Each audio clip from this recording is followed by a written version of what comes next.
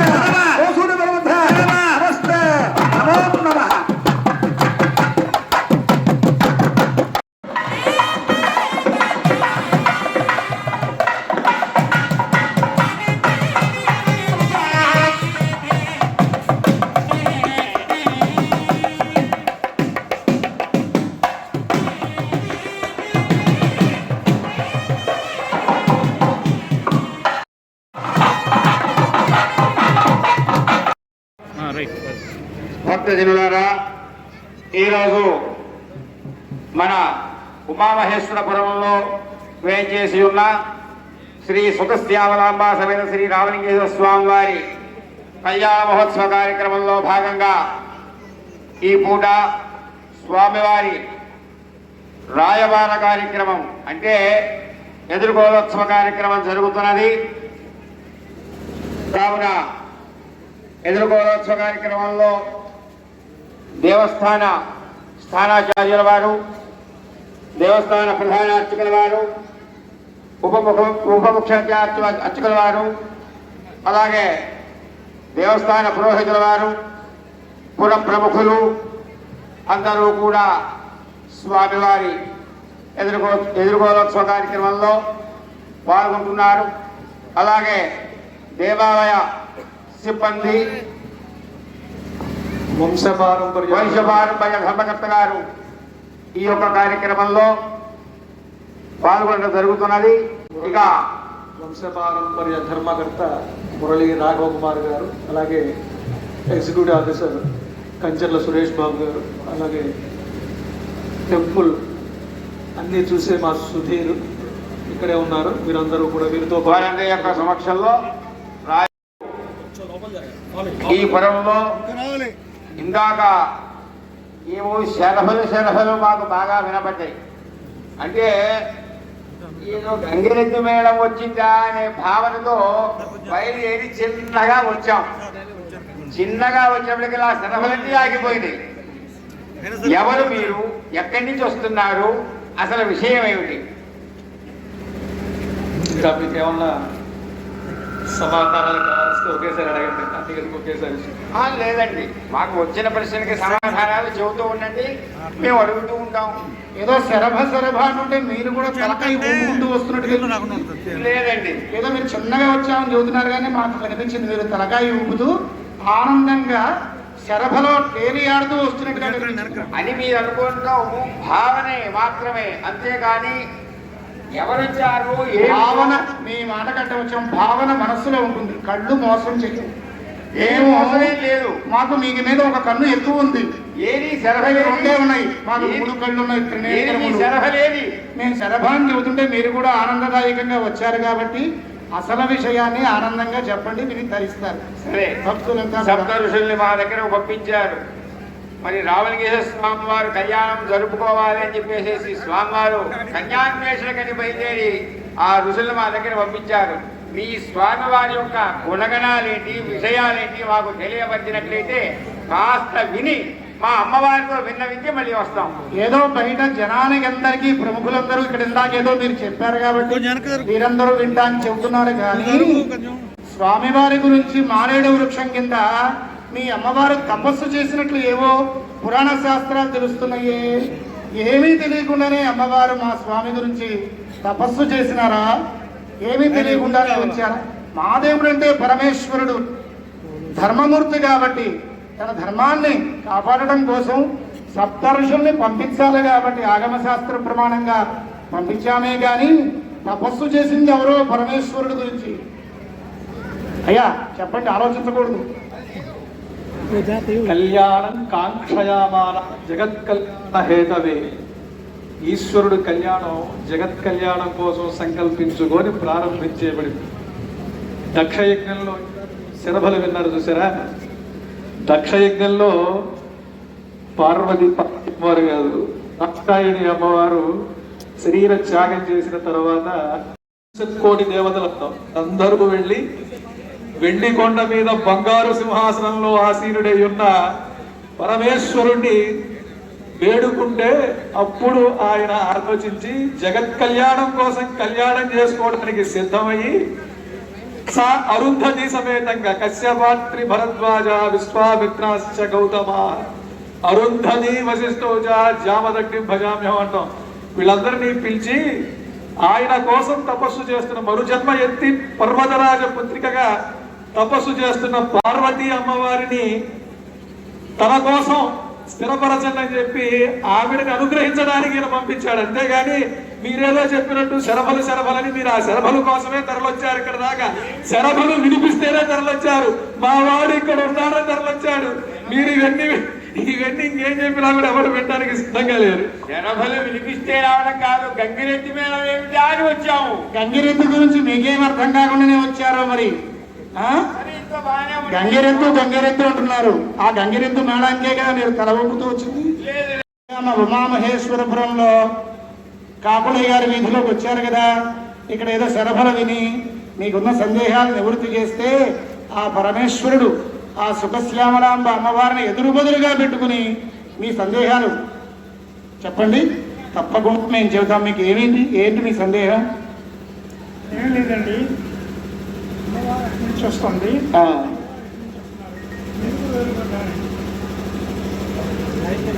వేరు వల్ల లీలా స్థానాచార్య గారు మీరు జాగ్రత్తగా వింటే కళ్యాణ మహోత్సవంలో లీలాపా నిగ్రహణాఖ్యం కర్మ గరిష్యే భక్తజనమందరినీ కూడా ఉద్ధరించడం కోసం ఇందాక స్థానాచార్య గారు చెప్పినట్టుగా లోక కళ్యాణం కోసం స్వామి జగత్ కళ్యాణం కోసం స్వామి వారి యొక్క పాణిగ్రహణం జరిగిందే తప్ప ఆది దంపతుల్లో లక్ష్మీనారాయణుడు ఉమామహేశ్వరుడు అని చెప్పి మనం వేద ప్రామాణికంగా చెప్పబడుతోంది కాబట్టి వారిద్దరూ అభేదం లేదు. కానీ మీ అమ్మవారి పురోహితుడైనటువంటి సన్నిధానం కిషోర్ శర్మ గారికి ఏవో సందేహాలు ఉన్నాయిట. ఈ సప్తఋషుల్ని అడగడానికి వారు ముందుకొచ్చారు కాబట్టి మేము అడిగామే తప్ప మేమేమీ దాన్ని అభేదమని మేమేం చెప్పలేదు. స్వామి వేరు అమ్మవారి వేరు అని మేము ఎప్పుడూ చెప్పలేదు. మీరు చెప్పుకుంటున్నారు. మేము ఎప్పుడూ సిద్ధంగా ఉన్నాం జగత్ కళ్యాణం కోసం. వారికే ఏవో సందేహాలు ఉన్నాయి అంటున్నారు. ఆ 4 సందేహాలు సరే వారి కోసం కాకపోయినా ఈ లోకం కోసమైనా చెప్పాలి కాబట్టి మీరు అడగండి, మేము చెప్తాం. మరి ఏమీ లేనప్పుడు ఇంకెందుకండి ఇదంతా? ఈ ఎదుర్కోలు ఏమీ లేనప్పుడు ఎదుర్కోలేందుకు? ఆ సప్తఋషులకే చెబితే మేమే వచ్చి వివాహం చేసుకునే వాళ్ళం. మీరేదో అడుగుతారు, అమ్మవారి తరపున చాలా గొప్ప వాళ్ళు, ఆ 4 ప్రశ్నలు ఏవో అడుగుతారు, బయట భక్తులు తెలుస్తాయండి. మీరు వేదాంతంలోకి పోతే భక్తజనులు ఎవరికీ అర్థం కాదు. దయచేసి లీలా పాణిగ్రహణాఖ్యం కర్మ గరిష్యే లీలగా జరిగేటటువంటి ఈ ఉత్సవం మాతాచ పార్వతీదేవి పితాదేవో మహేశ్వర బాంధవా శివభక్తాశ్చ స్వదేశో భవనత్రయం అంటే జగద్గురు ఆదిశంకరుల వారికి ఉన్న భక్తులందరికీ కూడా చెబుతున్నామమ్మా. అందరూ ఆశేష భక్త జనాలందరికీ కూడా ఈ శ్లోకం చాలా ప్రామాణికం.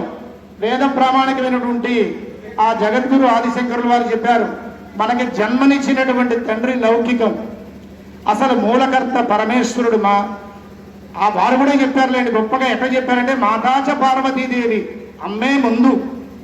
మాతాచ పార్వతీదేవి, ఈ జగత్తుకి తల్లి అమ్మ పార్వతీదేవి సుఖశ్యామలాంబ.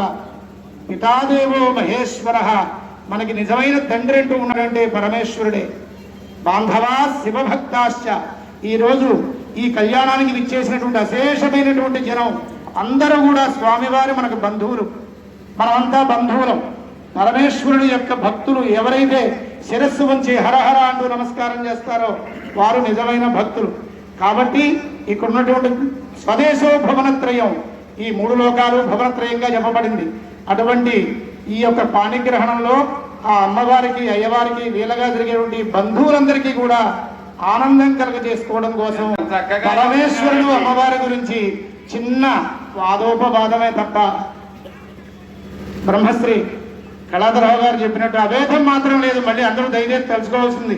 ఇక్కడ వారు శివశ్రీ అండి, శివశ్రీ అయింది అమ్మవారి తరపున వచ్చారు. చూడండి ఎంత ఎంత గొప్ప విషయం. అభేదం అంటే అదే, అభేదమేమీ లేదు. వారేమో అమ్మవారి గురించి గొప్పగా చెబుతున్నారు, స్వామివారి శివశ్రీని ముందు పెట్టుకు ఆయన వివాహం చేసుకునేది ఆయనకి అమ్మాయిని వాళ్ళ గజధర్మాంబరుడు. ఆయనకి కనీసం కట్టుకోవడానికి వస్త్రం లేదు, ఎప్పుడు పావులు బుసుబుసులాడుతుంది. గజ చర్మాంబరం గురించి అడిగి చెప్తాము. ఇటువంటి వారికి మా అమ్మాయిని వాళ్ళ మీరు అడిగింది 3 ప్రశ్నలు అడిగారు. గజ చర్మాంబరధారి, బుసుబుసుమంటూ పాముల్ని ధరించేవాడు, ముక్కంటి. 3 ప్రశ్నలు వాళ్ళకి అనుమానం వచ్చినాయండి. గజ చర్మాంబరుడు అంటే మీరు మొట్టమొదటి పండగ వినాయక చవితి చేసుకుంటే సమస్తమైన దేవతలు ఉన్నారు. మరి ఆయన గర్భంలో నివసించినటువంటి ఆయన భక్తుడి యొక్క కోరిక తీర్చే పరమేశ్వరుని ఎంత గొప్పగా చూడాలండి. ఆయన గజ చర్మం ధరించమంటే చర్మాన్ని ధరించడం ఆయన కోరిక అంటే భక్తి సులభుడు, భక్త సులభుడు. ఏమీ ముక్కు మొహం తెలియని ఒక రాక్షసుడు నా గజ చర్మం ధరించండి అంటే ధరించిన వాడు అమ్మని వివాహం చేసుకుంటే ఆమె కోరికలు తీర్చుకుంటూ ఉంటాడండి. ఆమె ఏమి కావాలి? మరి ఎంతమంది భర్తలు, ఎంతమంది భార్యలు కోరిక తీర్చగలుగుతున్నారు? ముక్కు మొహం తెలియనిటువంటి పరమేశ్వరుడు గజ చర్మం ధరించాడు అంటే భక్తుల కోసం ధరించాడు. కాబట్టి మీ సందేహం కట్టబెట్టి మీ అమ్మాయిని మా స్వామివారికి కనుక ఇచ్చినట్లయితే చక్కటి మీ కోరికలన్నీ కూడా ఏది అడిగినా కూడా కాదనకుండా తీర్చేవాడు మా శంకరుడు. కాబట్టి అదొకటయింది. రెండవది మీరు ప్రశ్న వేశారు, ఏదో అన్నారు బుసుబుసు అనే పావులు. లోక కళ్యాణం కోసం ఈ యొక్క జగత్తు ప్రారంభమైన తర్వాత బ్రహ్మదేవుడి సృష్టిలో అనేక రకమైన జీవులు సృష్టించబడ్డారు. అందులో ప్రధానమైనటువంటివి సర్పములు. ఈ సర్పములు విషనాగులు.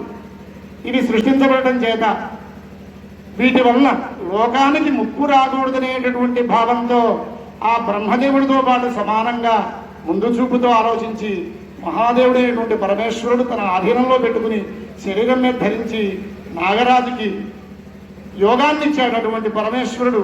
అవి పాములు కావండి, మహాయోగాలు. మీరే చెబుతూ ఉంటారు అమ్మవారి పూజలో, శ్రీచక్రార్చనలో చెబుతూ ఉంటారు, నాడీ మండలం గురించి చెబుతూ ఉంటారు, వెన్నపూస గురించి చెబుతూ ఉంటారు, షట్చక్రాల గురించి చెబుతూ ఉంటారు. ఇవన్నీ కూడా మహాదేవుడి యొక్క లీలే కాబట్టి దాని గురించి కూడా మీకు సందేహం వలదు.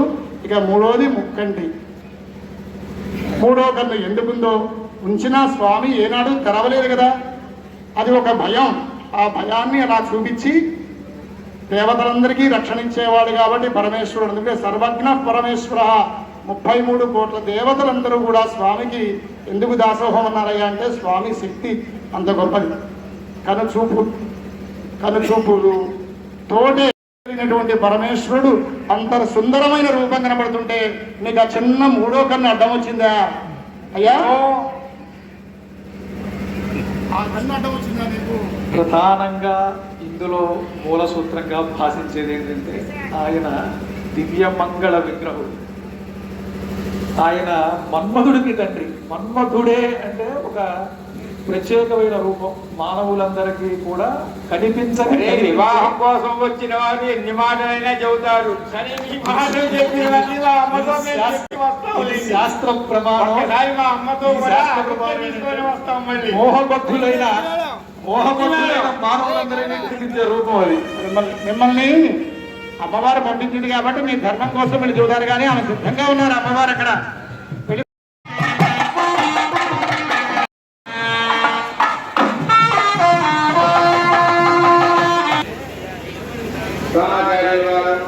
అలాగే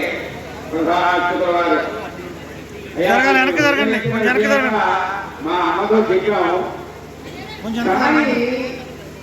చిన్న సంధ్యాకాలం ఇన్ని అడిగారు తథాస్తు ఇంకా కరెక్టే. ఆలోచించుకునేవారు ఎన్ని ఆలోచించుకోవాలండి మేము చెప్పండి. పోనీ మంచిదే, ఆలోచన చేయండి. అంతా బాగానే ఉన్నది. ఈయన గృహోత్తర మరి కథాధారి అనే సహజంగా అందరి నోట్లో నాకున్న విషయం. ఆ గరళకంఠుడు మరి ఆ ఖండోపరాలు భయా ఉంటుంది. ఎప్పుడు అంటే రామాయణ ఉండే నివాసం ఏమిటి, భోజనం ఏమిటి, మా అమలు చేస్తుంటే చెప్పండి. మంచి ప్రశ్న అడిగారు. మీకు ఆయన శ్మశానంలో ఉంటారని చెప్పి ఎక్కడో ఏమో మీకు లోపల ఉంది. ఆడ అలాగా ఎక్కడ ఉంటారు? మహాదేవుడు చిన్న పసిబిడ్డ మీద పరమేశ్వరుడు గురించి చూడారు. ఇందాక మనం మొత్తగా చెప్పినట్టుగా పితాదేవో మహేశ్వర, ఈ జగత్తుకు తండ్రి అయినటువంటి ఆ పరమేశ్వరుడు లోక కళ్యాణంలో భాగంగా సర్పాలను ఎలా అయితే ధరించి వాటిని ఆధీనంలో ఉంచుకున్నారో అలాగే ఈ సృష్టిలో భూత ప్రేత పిశాచములు అని చెప్పి కొన్ని గణాలు ఉన్నాయి. ఆ గణాలను మీకు తెలియదు కావు. అవన్నీ కూడా రుద్రభూమిలో సంచరిస్తూ మానవుని అనేకమైనటువంటి ఇబ్బందులు పెడుతూ ఉంటాయని పరిభాష. అటువంటి ఆ యొక్క భూత ప్రేత పిశాచాల వలన తన బిడ్డలని ఈ లోకంలో ఉన్నటువంటి సమస్త జనులకి సంతోషం కలిగించడం కోసం, వాటి నుంచి ప్రభావం తప్పించడం కోసం, సుఖంగా ఉండడం కోసం తన బిడ్డలందరినీ కూడా ఆ స్వామి రుద్రభూమిలో ఉంది. ఆ భూత ప్రేత పిశాచాలను తన వైపు ఆవహింప చేసుకుని ఈ యొక్క జగత్ కళ్యాణం గావిస్తుంటారే తప్ప స్వామి వేరే భావం లేదు. కాబట్టి మీకు ఎటువంటి సందేహము, స్వామి రుద్రభూమిలో ఉంటారనే సందేహం మీకు వలదు. అందుకనే పరమేశ్వరుడు రుద్రుడితో పాటు ఏకాదశి రుద్రనామధేయాలు ఉన్నాయి. మీరు ఎంతసేపు రుద్రుడే లేకపోకుండా మీ అమ్మతో ఉన్నప్పుడు భవ సర్వ ఈశాన పశుపతి రుద్రుడనే విజయ ఉగ్ర ప్రేమ మహేశ్వర శంకర పరమేశ్వర కైలాసనాథ ఏకాదశి రుద్రులు అనేక రకమైన వాళ్ళు ఉన్నారు. ఆ అందరి రూపంలో అమ్మని సంతోషపెడతారు. మీరు ఆ రుద్రశబ్దం చెప్పుకుని అనవసరంగా రుద్రుడు శ్మశానంలో ఉంటారు కదా, కాబట్టి నా కుమార్తెని ఎలా ఇవ్వాలని ఆ యొక్క కన్యాదాత గారికి ఆలోచన కాదు, పురోహితుల వారికి అసలే కాదు. రుద్రశబ్దాన్ని పక్కన పెట్టండి. మాతానాస్తి ఎంత గొప్ప విషయం అండి. మాతానాస్తి అంటున్నారు. తల్లి తండ్రి ఎవరినైనా అడిగేది. అసలు మా స్వామి జగత్ కళ్యాణం సృష్టి పూర్వం ప్రారంభంలోనే ఉన్నవారు. ఎంత గొప్ప విషయం అండి.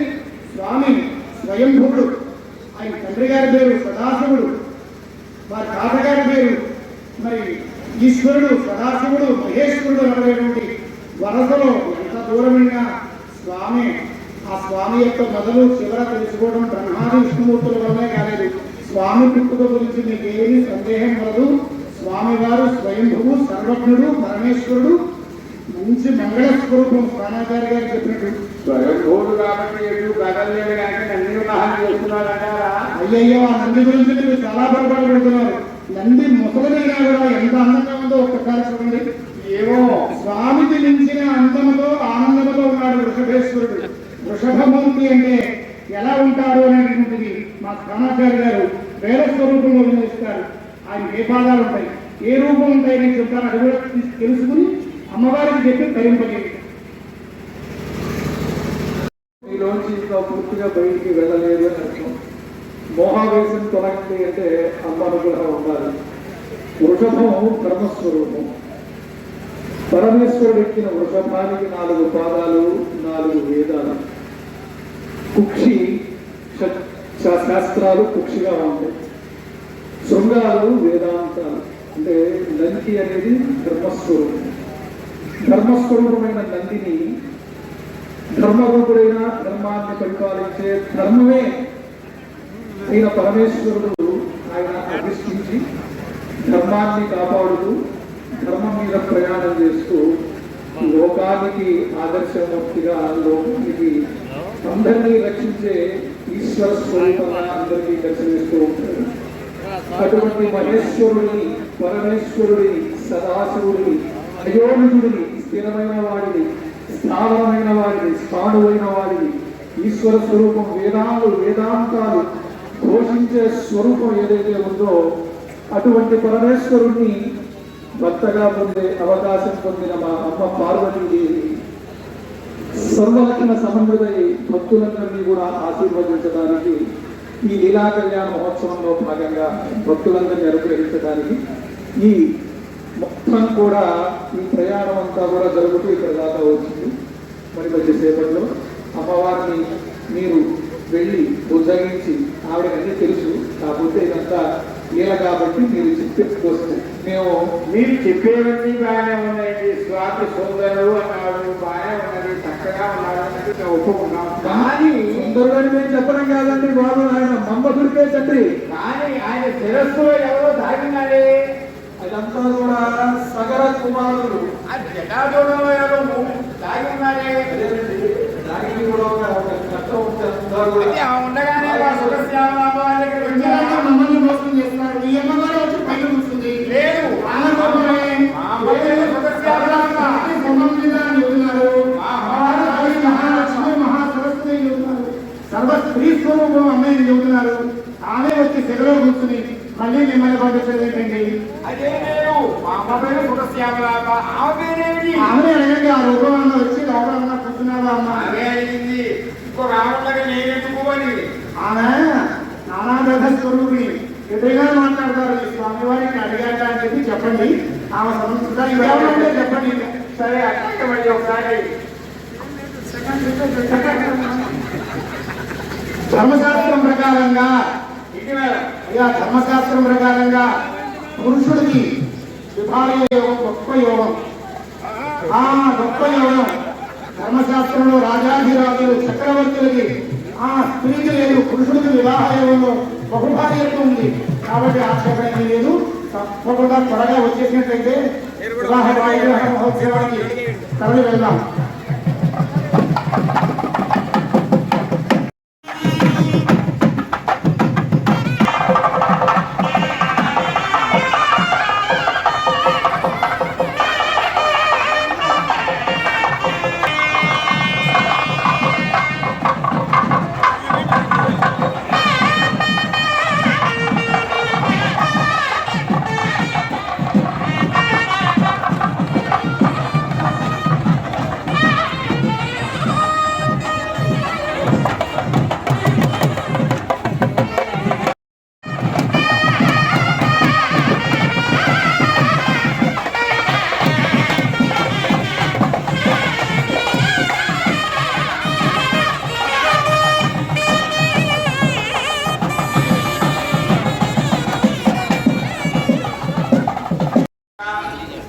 మా అమ్మవారితో విన్నవించాము. మేము విన్నవించిన విధానంగా అమ్మవారు కూడా సరే అని చెప్పారు. ఆ అమ్మవారి తరపు నుండి మిమ్ములను వివాహానికి ఆహ్వానించడం కోసం మా ఇంటి వేళతో ఆగడాలతో బయలుదేరి మిమ్మల్ని కలుసుకోవడానికి తీసుకొని వచ్చాము. అలాగే మీకు సర్వం సిద్ధంగా మీ గణాలకు, అలాగే మీ ఉపజగణాలు ఏవైతే ఉన్నాయో అన్నిటికీ కూడా భోజన సదుపాయాలు అన్నీ కూడా ఏర్పాటు చక్కగా చేసి ఉన్నాము. అందులో మీ నందీశ్వరుడు కూడా చక్కగా చేశాము. ఇబ్బంది ఏమీ లేదు. గణపతికి చెప్పండి. ముందు గణపతి కూడా చెప్పాము. గణపతి కూడా చేశాము. చక్కగా లడ్డూలు తిరుపతికి తెప్పించాము. ఆయనకి చక్కగా లడ్డూలు అన్ని సిద్ధంగా ఉన్నాయి. మీరు సిద్ధంగా బయలుదేరి వివాహానికి ఉండాలి. మీరు సక్రమంగా పెడతారో పెట్టరో అని మాకు ఈ సందులో శ్రీ కళాధరరావు గారి గృహంలో మాకు స్వీకరించి స్వామివారి తరపున ముందుగానే మా కడుపు నింపేశారు. అలాగే ఈ సందులో ఉన్నటువంటి ప్రతి గృహంలో భక్తులందరూ కూడా అనేక రకమైన స్వీట్లు ఆటలు మా యొక్క బృందానికి కడుపు నిండా ఏర్పాటు చేశారు. మీ వారు ఏర్పాటు చేసిన దానికంటే అధికంగా విజయ గణపతి కమిటీ వారు, మా వాళ్ళు గణపతి కమిటీ వాళ్ళు, మా వాళ్ళు అయ్యో, మా గుడి దగ్గర నుంచి గాంధీ శక్తికి వస్తే లేదు కాబట్టి మా గుడి దాటి పదవులు వస్తే వేల మందికి భోజనం మా స్వామి గర్భాలయంలో నుంచి పైకి రాగానే మేము అక్కడే భోజనం చేస్తాము.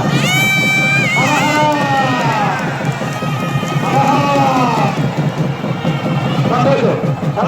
సంతోష్ చెప్తాను కదా. సంతోష్ సంతోష్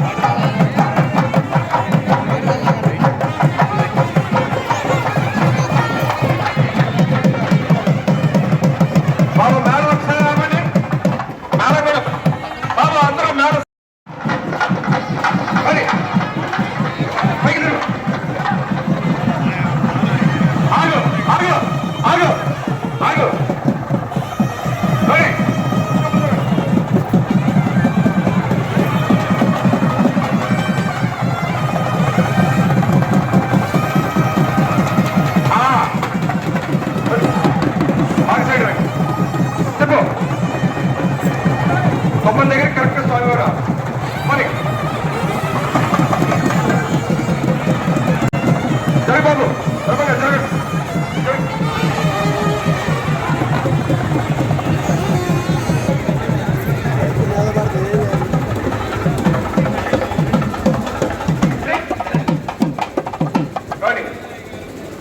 కానీ వాళ్ళు ఇంకొద్ది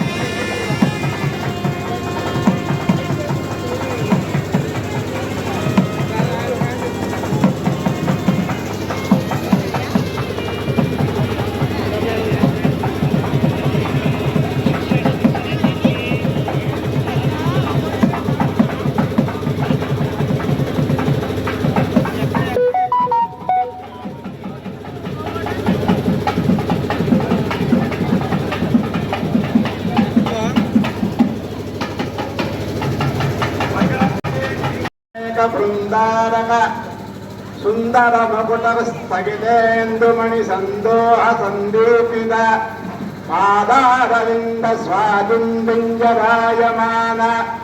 సనక సరందనాజ్జనేక దేవర్షి బృందా శుభ్రాభ్రవిష్యద్విభ్రాజమాన సౌభాగ్య విజయేశ్వరీ శ్రీ సుఖశ్యామలాలంకృత శరీరవామాంగా గంగాతరంగ సుందరోత్తమాంగా జగద్వారగోపుర ప్రాకార ప్రతిష్ఠిత రామేశ్వర సోమేశ్వర భీమేశ్వర చంద్రమౌళీశ్వరాజ్యనేక దివ్యలింగ నిరంతర విహార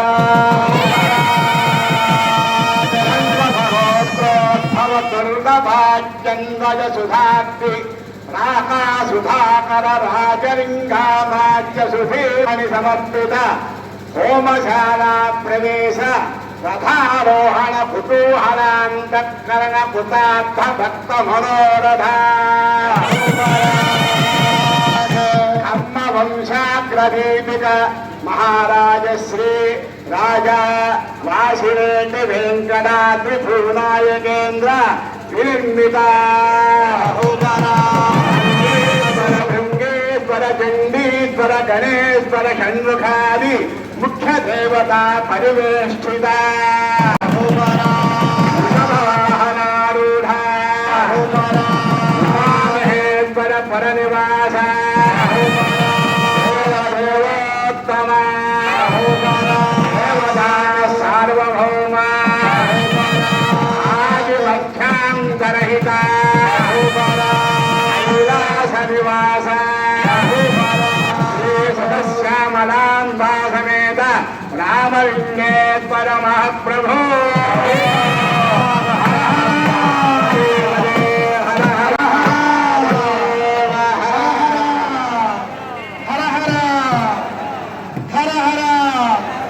మహాదేవ మహాదేవ శంభో శంకర హర హర శంకర శివ శివ శంకర